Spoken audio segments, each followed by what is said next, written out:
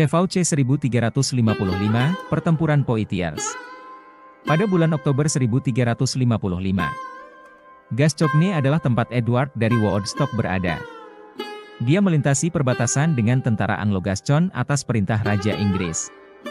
Dia kemudian memulai serangan mematikan di selatan Perancis yang akan berakhir di Narbonne. Ini adalah masalah besar bagi Raja Perancis karena Anglo-Gascon menghancurkan lebih dari 500 desa, kota, dan kota dengan hampir tidak ada perlawanan. Perang 100 tahun akan melihat banyak serangan dan pertempuran yang akan benar-benar mengubah keseimbangan kekuasaan antara Perancis dan Inggris. Operasi Pangeran Edward membantu membuka jalan bagi peristiwa-peristiwa ini. Hari ini adalah Januari 1355. Beberapa tahun sebelumnya, para penguasa Gascon secara teratur menyerbu tanah Perancis dengan bantuan Inggris. Selama tindakan ini, mereka mengambil kota-kota penting, benteng, dan mendirikan garnison di tempat-tempat penting ini, sebagian besar di provinsi Agenais dan Quercy. Tetapi setelah itu, Inggris dan Perancis setuju untuk perdamaian, yang memberi Raja Perancis waktu untuk mengumpulkan kembali pasukannya dan melawan Gascons. Dia membuat Count of Armagnac sebagai penguasa baru Languedoc dan mengatakan kepadanya untuk mengambil kembali tanah selatan yang telah hilang. Armagnac perlahan-lahan mengambil kembali sebagian besar Quercy selama 3 tahun pertamanya sebagai letnan.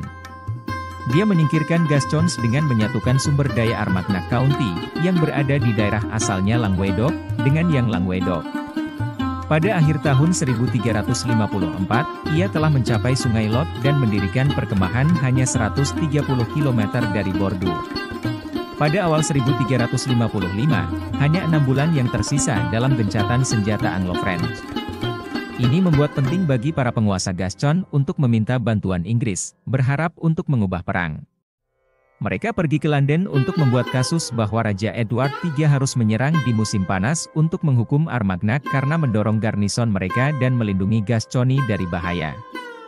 Raja Inggris tahu bahwa Armagnac mungkin bisa memimpin pasukannya dari kampnya di Sungai Lot ke Bordeaux dalam waktu kurang dari 10 hari. Dia mungkin tidak akan melakukannya karena Gascons akan melawan dia, tetapi itu menunjukkan betapa rentan keuskupan yang berharga.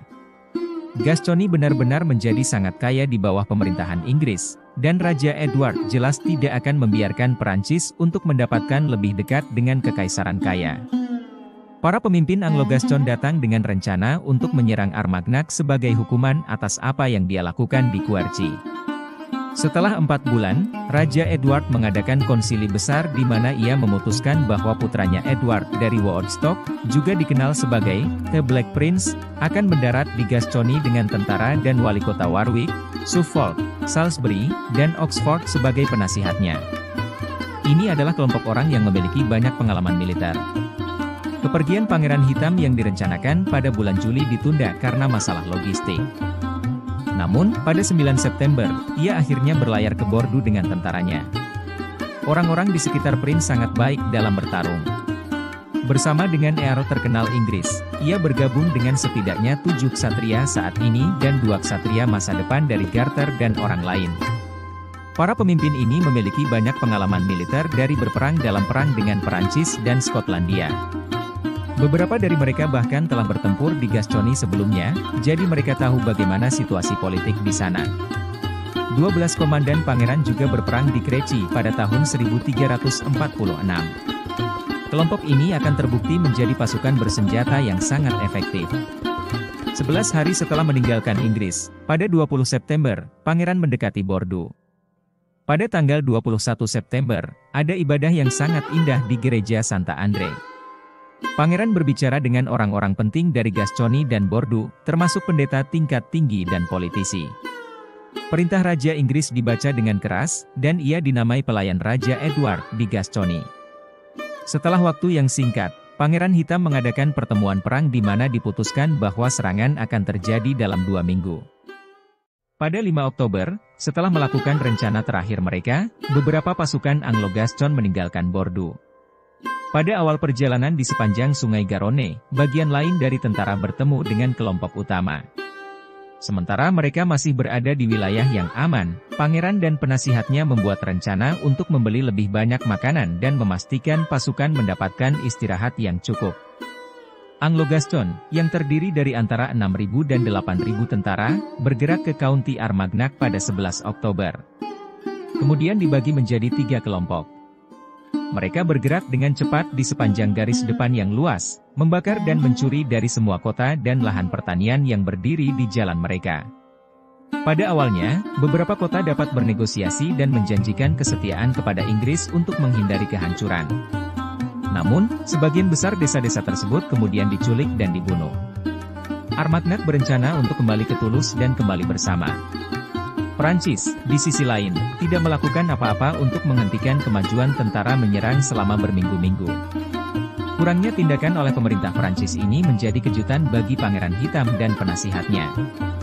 Beberapa orang berpikir bahwa Armagnac tidak bertarung karena dia tidak ingin mempertaruhkan orang-orang barunya yang akan melawan yang lebih berpengalaman dari para penyerang, meskipun sisi Armagnac memiliki lebih banyak tentara. Dia tampaknya berencana untuk tinggal di Toulouse dan menunggu, percaya bahwa Anglo-Gascons akan kembali ke rumah setelah mereka senang bahwa serangan hukuman mereka telah sepenuhnya mengimbangi hilangnya garnison Gascon di Quercy. Dia tidak benar, ketika para pemimpin Anglo-Gascon datang dari barat untuk menyeberangi Garonne, mereka tahu bahwa itu mungkin setelah musim panas yang panjang, panas dan kering. Kelompok scouting telah mengkonfirmasi bahwa ada kemungkinan untuk menyeberang. Jika Prancis tidak memiliki hambatan di sepanjang sungai, itu berarti mereka tidak memeriksa ban dengan baik, jika sama sekali. Jika mereka melakukannya, mereka akan memastikan bahwa sebuah fort hanya 12 km, 8 mil, selatan Toulouse dipertahankan. Jelas bahwa Armagnac dan sekutunya berpikir Garonne akan membuat Pangeran Hitam berbalik, seperti yang mereka lakukan dengan semua serangan lain Raja Edward III. Tapi pada tanggal 28 Oktober, gerbang banjir terbuka karena Pangeran Hitam melakukan sesuatu yang aneh. Anglo-Gascons melintasi sungai Garonne dan Ariège tanpa terluka atau terlihat. Mereka melakukannya hanya dalam 1 hari. Armagnac masih menunggu di balik dinding Toulouse yang kuat, jadi Pangeran Hitam mengambil kesempatan dan mencoba untuk membuat lintasan berbahaya. Pagi-pagi sekali, dia menyuruh orang-orangnya untuk meninggalkan camp dan mulai bergerak dengan cepat.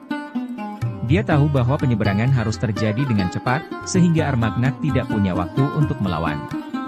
Karena jika Count mendengar tentang musuh bergerak lebih awal, dia mungkin bergegas ke selatan dari Toulouse untuk bertemu dengan penyerang, yang dapat memotong bagian dari kolom Anglo-Gascon, yang sekarang lebih dari 10 km panjang.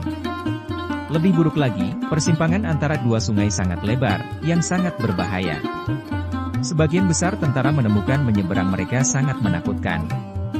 Bagian dari tentara melintasi Garonne saat fajar beristirahat, tetapi Armagnac masih tidak ada di mana untuk ditemukan. Untuk mendapatkan penyeberangan selesai pada akhir hari, Pangeran Hitam dan asisten-asistennya mendorong orang-orang ke depan dengan cepat. Beberapa tentara belum menyeberangi Garonne, jadi kelompok terus menuju fort kedua. Kedua sungai sekarang telah memecah tentara Anglo-Gascon menjadi 3 bagian, meninggalkan mereka terbuka untuk menyerang.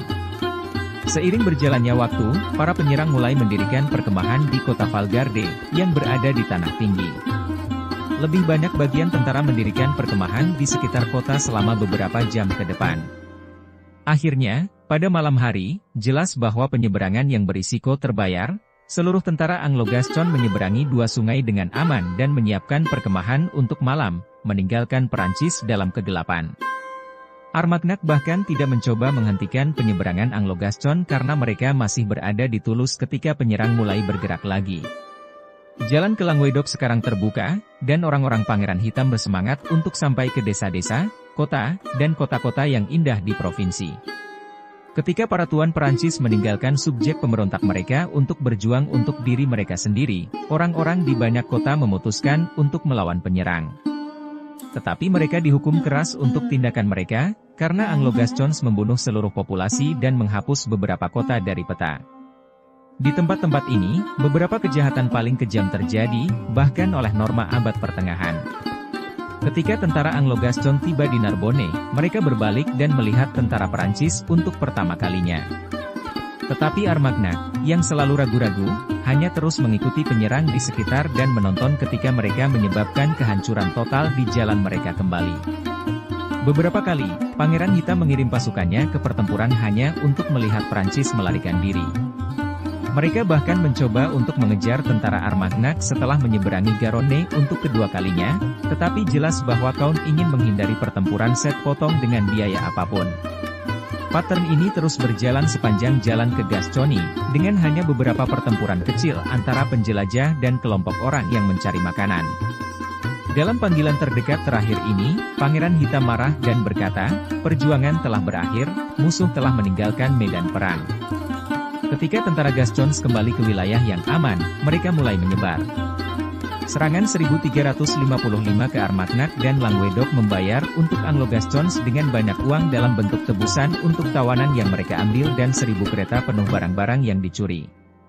Tetapi yang lebih penting adalah bahwa serangan itu membuat sangat sulit bagi Raja John untuk membayar perang, lebih dari 500 kota, desa, dan kastil hancur.